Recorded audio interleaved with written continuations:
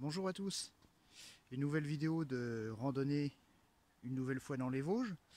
Je ne me trouve pas très loin de l'endroit où j'ai fait la précédente vidéo. Je suis dans la vallée de la Plaine, plus précisément sur les hauteurs de cette vallée, entre donc la vallée de la Plaine et la vallée de Ravine, où je vais vous faire découvrir différents points de vue. On peut véritablement parler de balcon de la plaine si on veut. Et on commence tout de suite avec la roche d'Alvin qui se trouve au-dessus du lieu-dit de la Jus, au-dessus du lac de la base de loisirs de Celles-sur-Plaine. Et je vous laisse admirer un petit peu la vue de ce matin, un petit peu brumeux, avec des belles couleurs d'automne encore.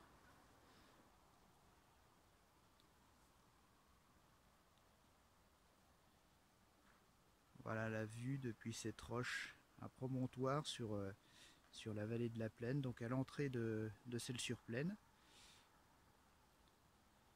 Et on voit la vallée qui débouche là-bas sur celle de la Meurthe, à Ravon-l'Étape. Voilà, avec au-dessus la montagne tout au fond, le petit promontoire, donc la côte de Répit, où j'avais fait également une vidéo précédemment cet été.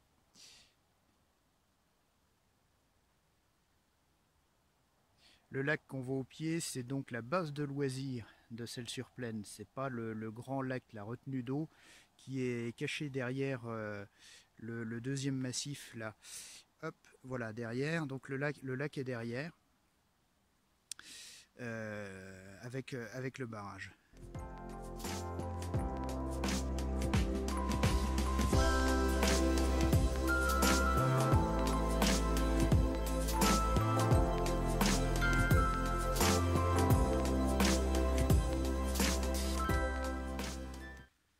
Le premier rayon de soleil de la journée.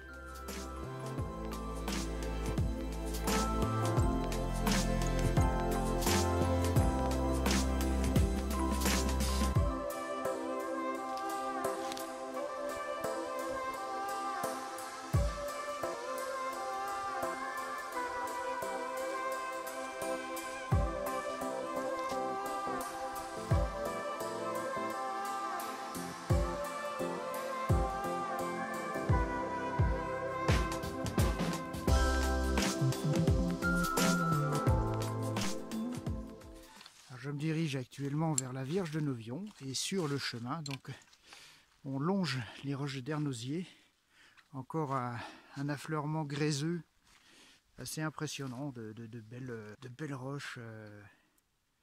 Voilà un petit aperçu.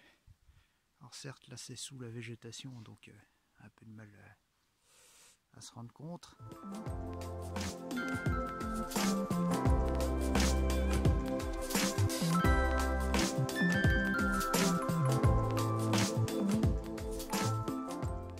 Voilà donc de beaux affleurements qui peuvent certainement ravir les amateurs d'escalade. D'ailleurs il y a quelques sites, quelques endroits dans le secteur propices et équipés pour cette activité.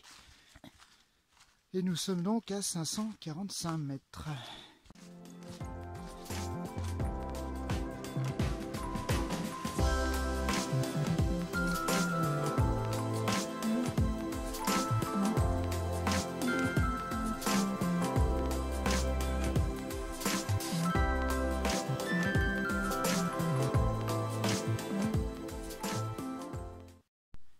Voilà, à cet endroit, c'est plus flagrant. C'est un beau morceau.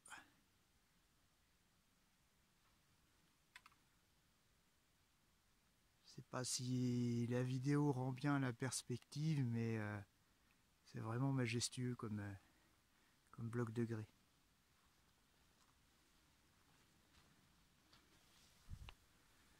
Je suis arrivé au carrefour de la Vierge de Novion, donc 516 mètres. On voit la petite Vierge là accrochée dans sa niche sur ce sapin. Et donc c'est le carrefour que j'ai déjà emprunté lorsque j'ai fait la randonnée sur la vallée de Ravine. D'ailleurs on voit juste ici le petit abri où j'avais pique-niqué. Et là donc je reprends le chemin commun à la précédente randonnée, donc qui va m'amener jusqu'à la halte, et ensuite je me dirigerai vers la pierre piquée. Voilà, alors on se retrouve un petit peu plus loin vers la pierre piquée. Cette fois l'hiver frappe à la porte. Les belles couleurs d'automne vont devoir laisser leur place au manteau blanc. Ça fait du bien de revoir un petit peu la neige.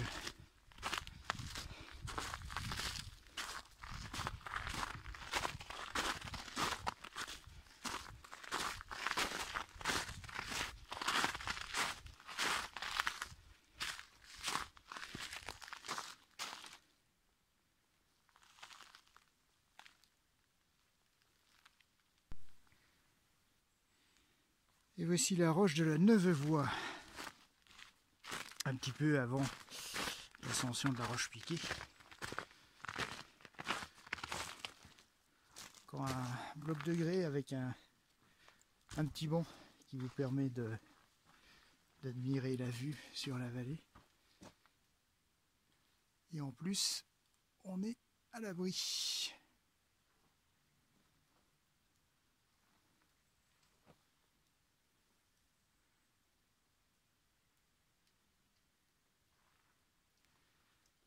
Alors la végétation a un peu repris ses droits. Les sapins sont pas très anciens, donc il y a quelques dizaines d'années, la vue devait être beaucoup plus dégagée. Allez, on poursuit avec un aménagement marche d'escalier. Alors c'est pareil on en parlera un petit peu plus loin, mais on est toujours sur une zone qui était fortement militarisée à la Première Guerre mondiale, puisque la vallée de la Plaine remonte jusqu'au col du Donon, et donc qui est le verrou de passage sur la ville de Schirmeck, donc ville qui en 1914 évidemment était allemande. Donc cette vallée avait une importance stratégique, autant pour les Allemands, pour préserver leurs frontières, que pour les Français, qui tout au début de la guerre avaient pour objectif de marquer des esprits en entrant le plus vite possible en Alsace. Voilà, j'arrive sur le premier sommet de la journée. Je suis donc à la pierre piquée, un sommet qui se trouve à 700 mètres d'altitude et qui est un des premiers lieux de fortification allemande. Il est relativement bien conservé. Les combats n'ont pas été très longs ici, ni très intenses sur ce lieu précis. Il y a eu des attaques françaises, puisque le lieu a été fortifié par les Allemands. Il y a eu des attaques françaises, mais cet éperon fortifié n'a jamais été pris aux Allemands. Donc il est constitué d'une double ceinture de blocos en béton, reliée par une tranchée circulaire qui est également bétonnée. Donc un lieu extrêmement bien défendu, bien placé, et que les Allemands ont conservé jusqu'à la fin du conflit. Là on voit l'intérieur d'un poste, alors qui était bien sûr plus profond. Là il a été comblé par la végétation, la terre, les feuilles et tout ça. Et donc c'est une ceinture de blocos d'une mine mitrailleuse. Alors on voit aussi, alors effectivement à l'époque, les combats qu'il y a pu avoir, les bombardements font que la végétation était totalement différente. Mais on voit que les pentes sont assez raides pour y venir, relativement à découvert. Et donc un lieu facilement défendable. De plus, il y a également d'autres fortifications allemandes, donc on verra un petit peu plus tard, notamment sur le pain de sucre. Et donc chacun de ces postes de défense pouvait couvrir pouvait couvrir l'autre, le voisin.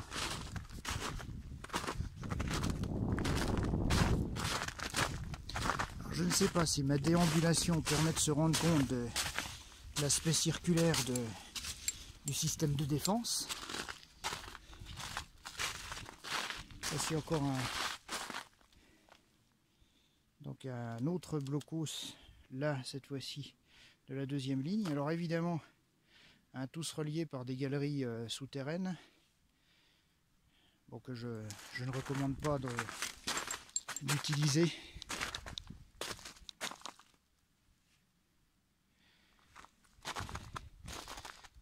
Et là donc un poste de mitrailleuse, un poste circulaire cette fois-ci.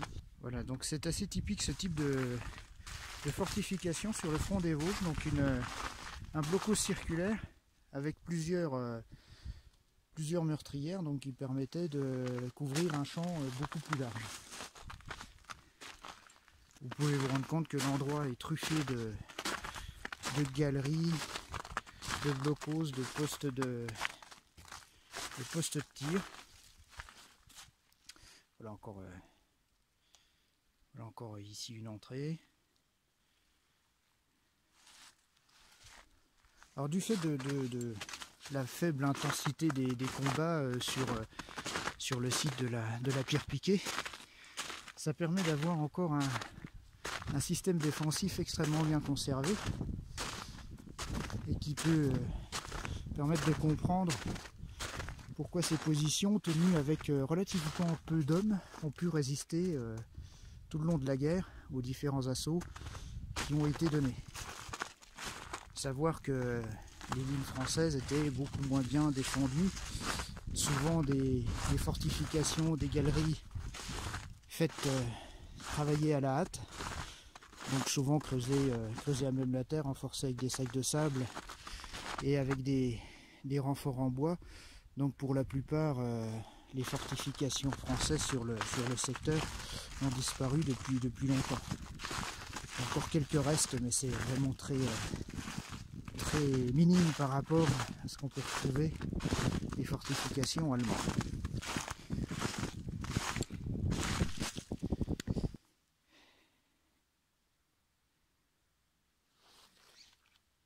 Allez, un petit point encore pour vous montrer cette fois la tranchée circulaire.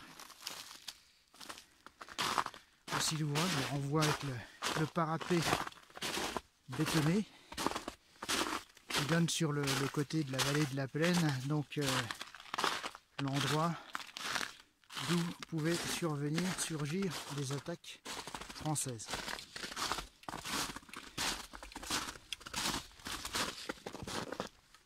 Donc, si on passe un petit peu au-dessus du muret, on voit, alors je sais pas si on se rend bien compte, mais on voit la pente qu'il fallait escalader pour monter à l'assaut de cette fortification.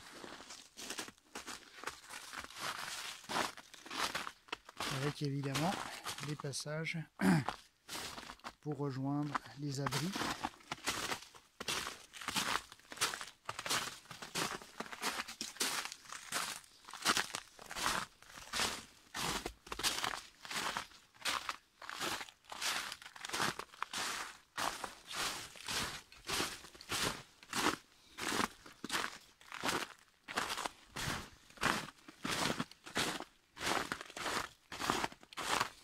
Alors on imagine aussi la souffrance des hommes, peu importe le camp, mais la souffrance des hommes qui ont dû non seulement survivre ici, mais en plus combattre. D'autant que les principaux combats ont eu lieu dès le début de la guerre, donc à l'automne 14, et puis durant l'hiver 1914-1915, qui a été un hiver extrêmement rude, froid, humide, avec beaucoup de neige. Et on imagine la vie de ces hommes dans ces endroits reculés, exposés au vent.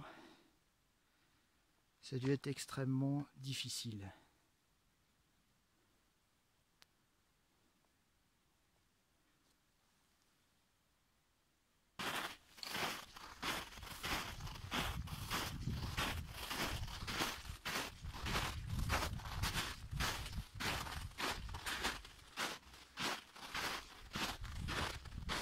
Qu'est-ce que j'aime ce cruic-cruic quand on marche dans la neige fraîche de la forêt. Juste un spectacle magnifique, le soleil dans les sapins, la neige, le silence.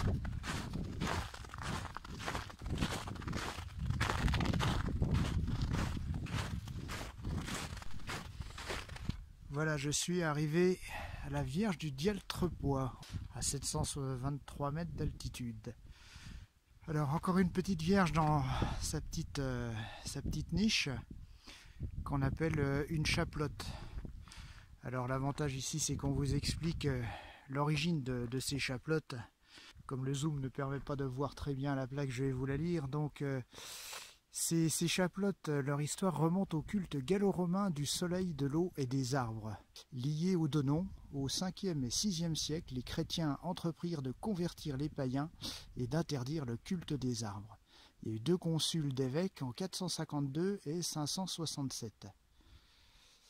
Donc ils étaient contre l'adoration des arbres et des fontaines. C'est le pape Grégoire le Grand, 590 à 604, qui fit remplacer les divinités par les vierges pour y déposer des offrandes en adoration du Christ. Voilà, et donc actuellement, c'est le club vosgien qui s'occupe de la préservation, non seulement des chemins, mais aussi de ces petits éléments d'histoire, mais qui sont de la grande histoire. Voilà.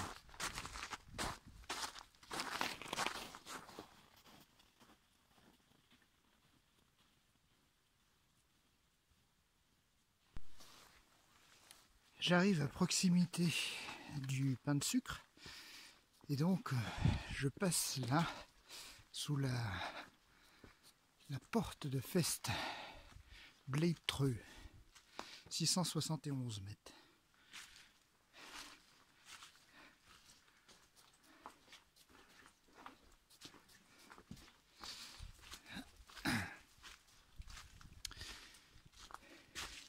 Et on se retrouve encore dans un dédale de blocs de grès.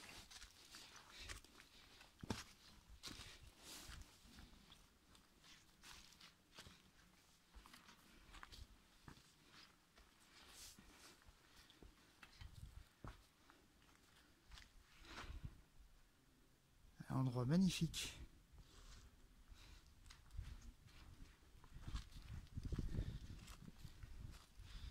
Puis cette lumière de fin d'automne, c'est vraiment, elle est vraiment là pour sublimer les paysages.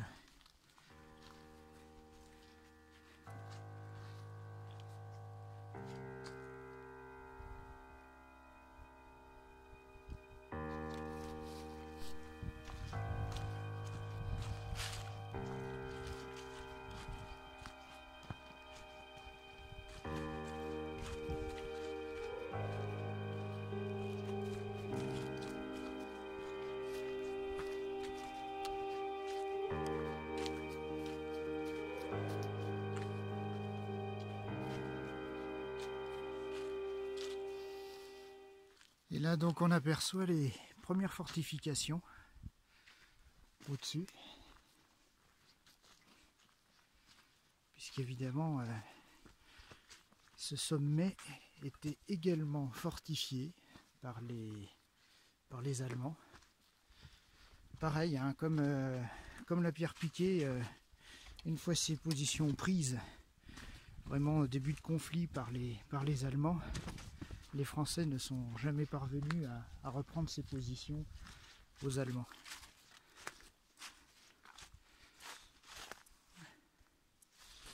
Alors ici au pain de sucre, il y a eu une tentative de prise de la place forte qui a échoué et qui a coûté la vie à beaucoup de Français.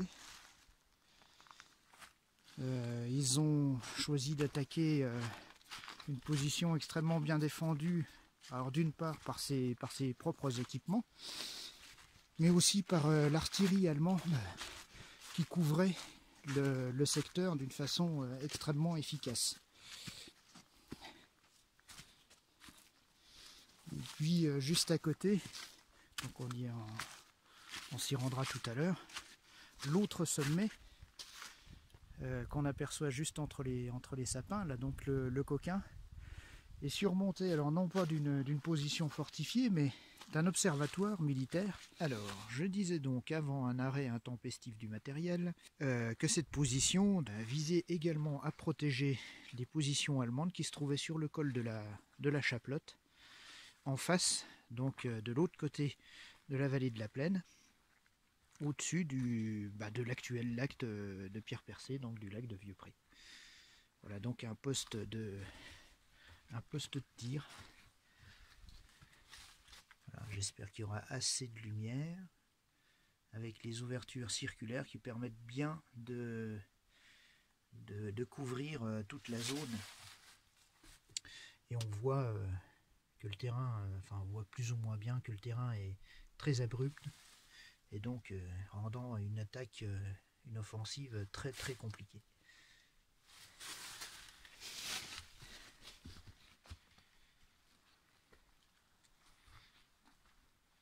Toujours ce mur d'enceinte qui permettait à la fois de se protéger et d'attaquer d'éventuels assaillants. Alors ce site, comme la pierre piquée, comme le Coquin, fait partie d'un itinéraire site de mémoire qui a été réalisé il y a quelques années, avec différents panneaux explicatifs qui vous retracent les épisodes de la Première Guerre mondiale sur ce secteur. C'est très bien fait. Vous aurez plein d'informations complémentaires et je vous invite donc à suivre ce sentier, ce parcours, qui va également sur le site de la Chaplotte, donc qui est, on le voit sur le massif d'en face. Voilà. Allez, avant de quitter le pain de sucre, je vous montre encore un abri qui servait certainement de cantonnement aux hommes. Alors c'est très, très spartiate, très sommaire. Voilà, la lumière, ça va à peu près. Voilà, vous voyez, il y a encore une porte, 100 ans après. Là on voit pas trop bien, ici je pense un petit peu mieux. Donc vous voyez les petites cavités creusées sous la roche, renforcées avec un plafond en tôle. Voilà, bon, très humide, évidemment, mais relativement bien conservé.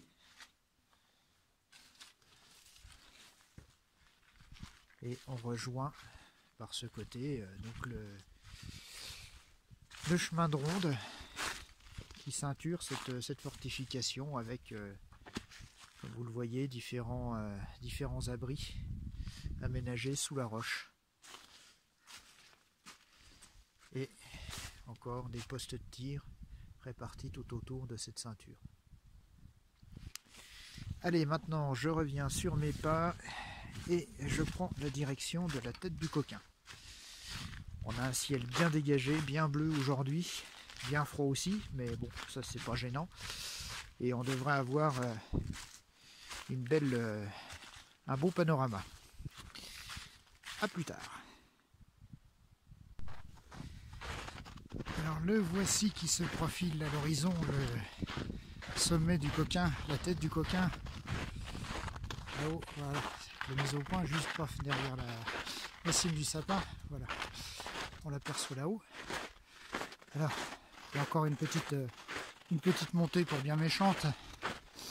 J'en profite pour vous donner une petite indication sur ce nom de la tête du Coquin. Le Coquin, rien à voir avec une légende locale. En fait, ça vient du vieux français, le caquelin, qui désignait le coq de bruyère, qui devait être assez abondant dans ce secteur.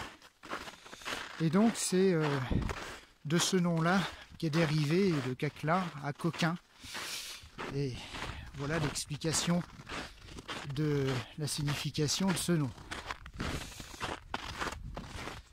Alors on va profiter de ce magnifique ciel bleu et puis de cet endroit avec, comme je le disais tout à l'heure, superbe panorama. Et puis ce sera très bien pour faire la pause casse-croûte.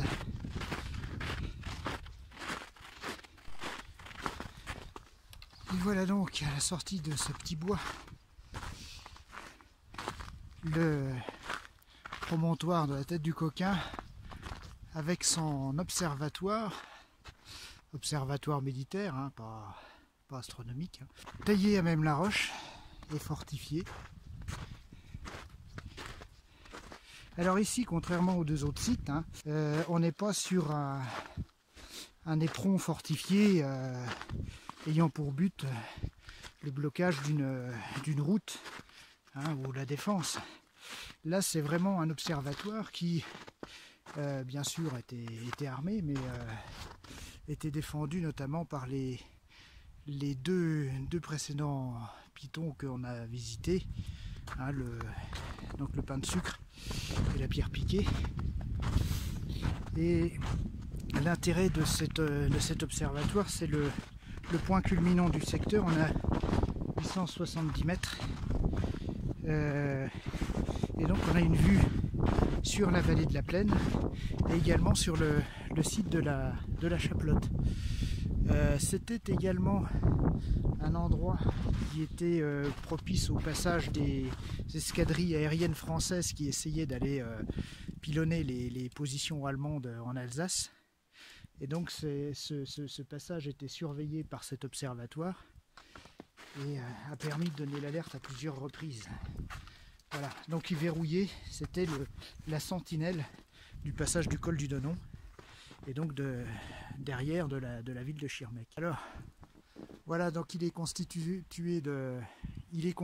donc de la partie observatoire qui est en haut et puis un abri, voilà, en dessous, donc qui était utilisé encore comme abri du club vosgien. On a le logo, bon, à une certaine époque il y avait cheminée, table, banc, il n'y a plus rien à cause de l'humidité, des infiltrations d'eau. On est sur un plafond en béton, voilà. Alors voici l'observatoire depuis le plateau rocheux qui supporte ce piton de grès dans lequel a été taillé l'observatoire de la tête du Coquin. Et on va aller voir sur cette petite terrasse aménagée la vue qu'on a aujourd'hui en plus avec ce magnifique ciel bleu. C'est magnifique. Voilà une magnifique vue du sommet de l'observatoire du Coquin.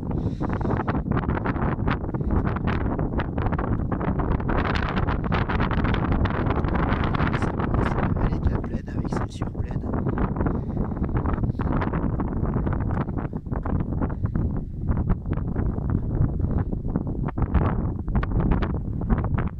Voilà, au loin c'est donc la crête de Belleville, Grand-Rue, Saint-Staille avec les éoliennes qu'on voit. Entre les deux, la vallée du Rapodo avec Sonone, Moyen-Moutier. Sommet, la partie sommitale de l'observatoire. Et puis derrière, alors je ne sais pas, ah c'est dommage, il est emmitouflé dans ces nuages, le Donon. On aperçoit juste au loin le pylône de transmission. Il est ennuagé, voilà, avec la neige, magnifique.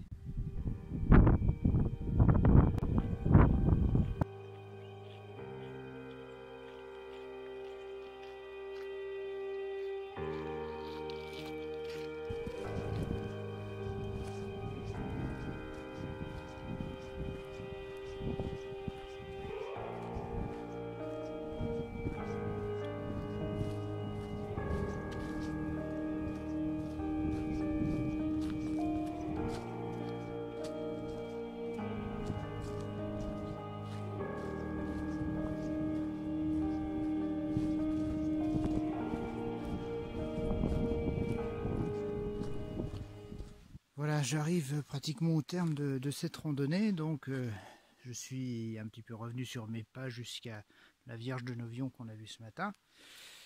Et je suis redescendu sur le hameau de la Jus. Et je voulais faire un petit crochet par un endroit qui est un petit peu à l'écart de ce hameau. Donc on est là sur un site, sur un ancien cimetière anabaptiste. Alors c'est un petit peu particulier, là on a fait un bond dans l'histoire, hein. On passe de la Première Guerre mondiale au XVIe siècle. On note une forte présence d'anabaptistes et notamment de ménonites. Hein, c'est une branche de l'anabaptisme, notamment sur la vallée de la Bruche en Alsace, et puis donc ici dans cette vallée de la Plaine. Alors le pourquoi du comment, déjà l'anabaptisme, pour faire un petit rappel, c'est un courant chrétien qui prône le baptême du croyant, c'est-à-dire le baptême de l'adulte, hein, en pleine conscience, volontaire et conscient donc, mais aussi la non-violence et la non-résistance au nom de l'amour de Dieu. Voilà, donc, et les Ménonites, donc c'est une communauté religieuse protestante issue de l'anabaptisme du XVIe siècle. Alors leurs racines sont suisses et hollandaises, mais c'est en Alsace et dans le Palatinat que ce mouvement se développa au XVIIe. Alors les Ménonites, ils tirent leur nom du réformateur néerlandais Menno Simons, qui vécut entre 1495 et 1561. Voilà, donc même si la Hollande est le berceau du mouvement, ils étaient nettement plus présents en Suisse.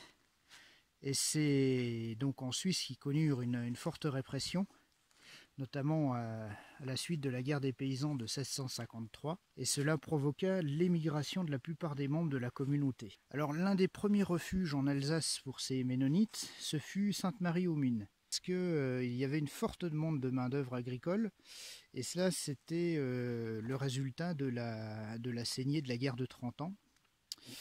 Et donc les Ménonites s'y sont installés et ont repris des exploitations agricoles. Alors pour être en accord avec leur religion, donc les Ribeaupierre les avaient exemptés de milices armées. Et ils étaient également autorisés à tenir leur culte, mais uniquement dans leur maison. Ils n'avaient pas le droit de construire de lieux de culte et pas le droit non plus de faire de prosélytisme. Alors tout se passait bien jusque notre cher Louis XIV, voilà, qui, de passage dans la région en 1673, remarqua que l'Alsace était acquise à la Réforme. Il fit construire une église catholique à Sainte-Marie-aux-Mines qu'il dota généreusement. Alors l'hostilité à l'égard des anabaptismes augmenta, notamment par la révocation de l'édit de Nantes en 1685. Et la renommée et l'enrichissement de ces Ménonites donc, provoquèrent la jalousie des habitants qui s'en plaignèrent au chancelier voisin de la Noiraille. Et celui-ci ordonna à l'intendant d'Alsace, le Pelletier de la Houssaye, de chasser tous les Ménonites d'Alsace en 1712. Alors, paradoxalement, cet édit d'expulsion favorisa plutôt la multiplication des lieux d'implantation. Donc, ils se répartissent en petits groupes, et c'est ce qui explique notamment leur implantation dans la vallée de la Bruche, à Salm en particulier, et également ici dans la vallée de la Plaine, puisque nous retrouvons cette trace par ce lieu de sépulture. Alors comme vous le voyez, hein, il n'y reste plus grand chose, il y a quelques pierres encore couvertes de mousse qui délimitent la parcelle. On en voit un petit peu au fond du bois là. Mais plus guère de traces vraiment nettes, notamment de pierres tombales ou de choses comme ça. Mais bon, c'est un lieu de mémoire qui est important de garder, de se rappeler de cette histoire-là aussi. Et c'est pour ça que je tenais à faire ce petit arrêt à cet endroit. Alors le club vosgien a mis une petite pancarte pour qu'on puisse repérer l'endroit, parce que c'est pas très facile à trouver. Voilà pour l'histoire des Ménonites. J'espère que j'aurai été assez clair. Alors cette journée de randonnée dans les Vosges s'achève.